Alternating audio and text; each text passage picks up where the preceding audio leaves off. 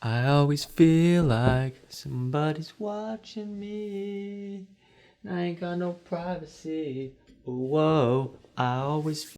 Hi guys, my name is Brady Bessette. I'm a cinematographer and DP, and today we are talking ProMist filters, what they are, what they do, and how to give your videos that beautiful cinematic film look fast. So let's talk about these ProMist filters. For this video, I'm using both the 1/8 and the 1/4 strength Tiffin ProMist filter, but these filters actually range all the way up to 2, 3, 4, I think even 5, I'm not quite sure. So essentially, in simple terms, what a ProMist filter is just one of many different variations of diffusion filters, and all of them have a very common purpose of blooming highlights, softening and smoothing out skin and imperfections, and then raising contrast as well. So nowadays, with cameras being 6K, 8K, even 12K, cameras are almost too sharp. So unless you need that really clean-cut, clinical look, that soft, old-fashioned film look is very, very beautiful and just has so much character. So to bring back that softened character, diffusion filters are so widely used and do a great job of doing that, especially on a low budget. My suggestion to you to save a lot of money is to get the filter for your biggest lens. Say your biggest lens is a 77mm filter thread, get one of those, and then you can get step-up rings and then bring those down to say your 67 or your 58mm filter thread. Diving into things, the first example that I want to show you is just to show the roll-off of the very harsh highlights that we were talking about. I just set up a very simple iPhone setup here just so you can see the difference between no filter and, in this example, the 1/4 strength ProMist filter, and just how the highlights bloom and radiate out from that hard light source.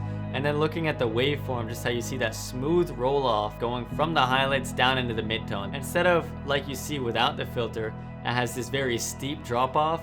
With the ProMist filter on, you can see it just roll off smoothly into the midtones and gradually kind of slow down there. And it just makes it a lot less digital looking and a lot smoother and easier to look at. All right, so let's look at this filter in a little bit more of a practical usage, because I doubt that you guys are all going to be filming iPhone flashlight commercials. So let's keep moving. For each individual example, I've color graded one of them, and then for all of those shots in that example, have the same exact color grade. So nothing is going to be skewed of contrast or saturation or anything like that. So let's take a look at how this filter really helps out with skin and smoothing that out. Looking here without the ProMist filter on, you can see that there's a lot of detail still in Sarah's face. And you can even see as much as the pores in her face and any creases or anything that the harsh sunlight is hitting her on. So as you add on the 1/8 strength filter, which is the next one up from nothing, you start to see how the skin softens out, and you reduce some contrast from the background and the greens, and the highlights will start to flare a little bit as well. And then it's not until the 1/4 ProMist filter where you really start to see this come into play, and her skin almost has this really smooth, soft, glowing effect, as well as the contrast and the leaves behind her, and that's where you really start to get that blooming of the sun that's actually off camera. But with it hitting the ProMist filter, all of the light from the sun just refracts throughout the ProMist, and that's where you get that kind of orange haze and that really nice filmish sun flare look. Now this look is often very much so desired, but if you do not exactly like this look, it can be cured with just putting a flag next to your camera, or even just something like a matte box, or even a hand I've used before, just to cut out that sun coming in and bouncing around, and it's still going to affect your subject as well with the smooth skin and the contrast. And another example of that blooming haze is when the sun goes in and out from behind these leaves. You really see as the harsh sunlight hits the ProMist filter, it just blooms all throughout the frame, leaving that really cool sunny haze look. And here you can really see the difference that the ProMist is making between no ProMist filter and having it on. It makes a worlds of a difference, and it's a really cool stylistic choice. And especially right around the hardest light sources, like the sun in this case, you can see the rays from that. Instead of just being very digital and stagnant and kind of locked into that one place, the sun rays just like blossom out from the rest of the frame, and it just adds this really cool look. And you can see that here as well in this next example that we're going to talk about. This water shot, look how the sun literally blooms when you add in the ProMist filter.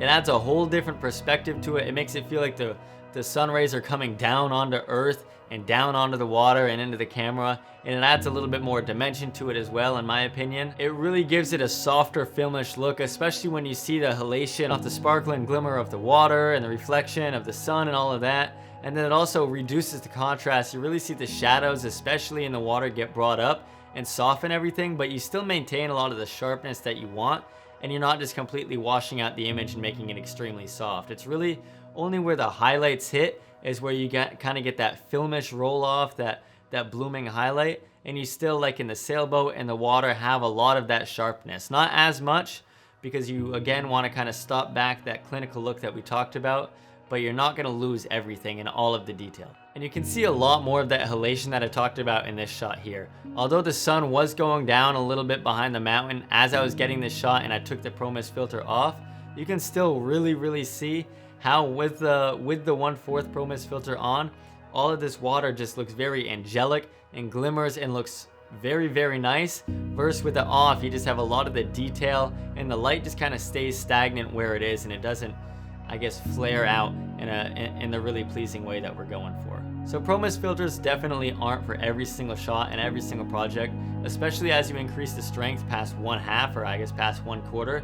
They begin to be something that you're really using it to get this very specific look, and you know you're needing it, and you're not using it for the whole project, or just maybe that scene is what you're going to be using it for. But for the most part, like 90% of the time, I've always got one on my lens, at least a 1/8 like I have on now. It's definitely something that anyone making videos or any videographer, filmmaker should have in their kit, in their bag, in their day-to-day use, because it really does a great job of giving you that filmish cinematic look fast and making all of your videos bloom. No pun intended.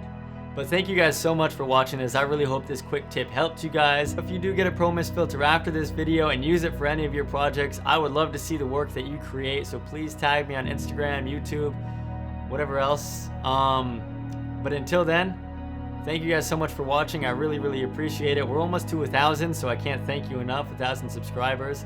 I didn't even think that I could get to this point. So I'll keep it coming if you guys keep watching, but I'll see you next time, and consider this class dismissed.